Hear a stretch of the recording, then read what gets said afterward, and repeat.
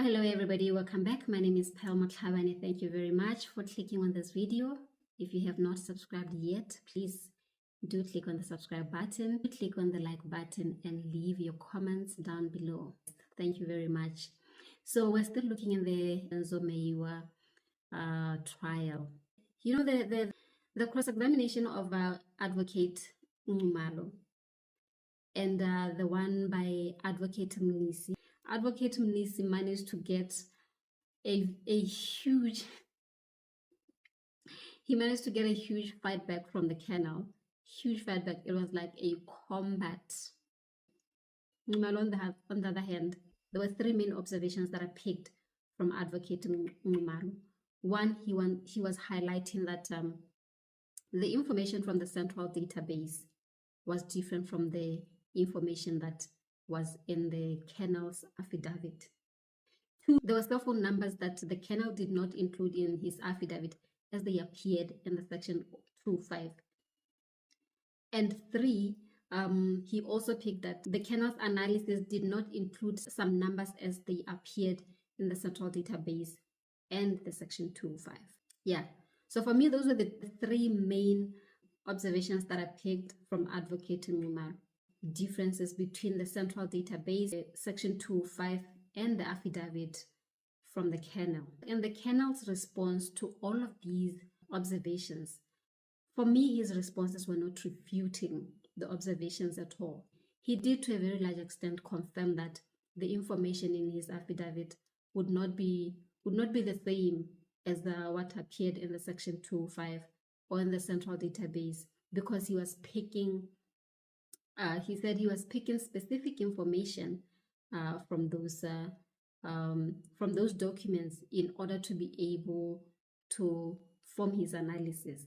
And he even went on further to say he picked specific pieces of information to be able to paint a picture for the court. So for me, when he was saying that, I understood it to mean that he was not picking everything, of course.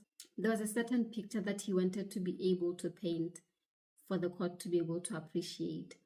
So if somebody says that, you immediately feel like if there's a certain picture, specific picture that you're looking to paint, and there's a number in your document that is not fitting that picture, you wouldn't include it. Now, going back to the cross-examination by Advocate Mnisi, he did say that it appeared like there was a narrative that was being created, in that there seemed to have been numbers that were planted into the advocate's analysis. For me, that observation by Advocate Mnisi, it fits perfectly with how he was responding to Advocate Ngumalo's questions, because he did say to Advocate Ngumalo that he was trying to paint a certain picture to the court.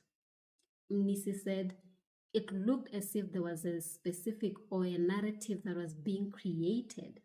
To a very large extent, these two statements mean the same thing. That's how I would understand it. If two people were to say things like that, that's how I would understand it. Even though at the time when Mnisi was saying it to Colonel Steyn, he was disagreeing. But now he's able to confirm to Advocate Ngumalo to say, there is those, you won't be able to see this information in my analysis because I was only picking specific information from this document and this document. I was trying to paint a picture to the court. How do you understand that, guys? And then came the issue of the 2-hour rule. Remember the 2-hour grace period that he said they added into the calls that they were analyzing from Vodacom in order for them to be able to get the exact timing of the calls. When Ngumalo was highlighting or trying to get clarity on the 2-hour rule from the kennel, it was very easy to highlight that this 2-hour rule, to a very large extent, was distorting the timing of the calls. It was distorting the timing. It was distorting the durations of the calls. For example, when he was pointing out the call record that happened at 2200 hours 40 minutes. So when you add the 2-hour rule, it would seem as if the call happened the following day, which will immediately distort the timing of that call. I think even the kernel was not able to explain this 2-hour rule in a way that was very convincing to the advocate. So yeah, for me, I really did appreciate how the cross-examination by Nxumalo went. I felt like it was very punchy in its approach. It was able to achieve the intended results, because I felt like he wanted to make it clear where the discrepancies were and what those discrepancies were, and he was able to highlight that very clearly. Let me hear how you understood the kernel this time around. I felt like with Advocate Mnisi, he wasn't trying to have it. He was intent on making sure that he disagreed with whatever Mnisi was saying. I mean, even something as easy as saying there is a pattern here.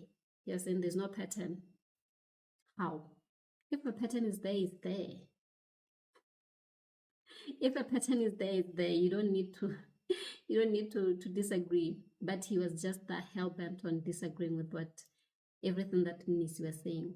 The same questions were asked by Advocate Nxumalo, even though he didn't go into great lengths as to go into chronological orders and whatnot. But he did ask the same questions to a very large extent. And the answers that he got from the kernel gave a much more different picture from what he was saying to Advocate Mnisi. So let me hear your thoughts down below. Thank you very much. Next, we're going to be looking at the cross-examination by Advocate Msholoolo.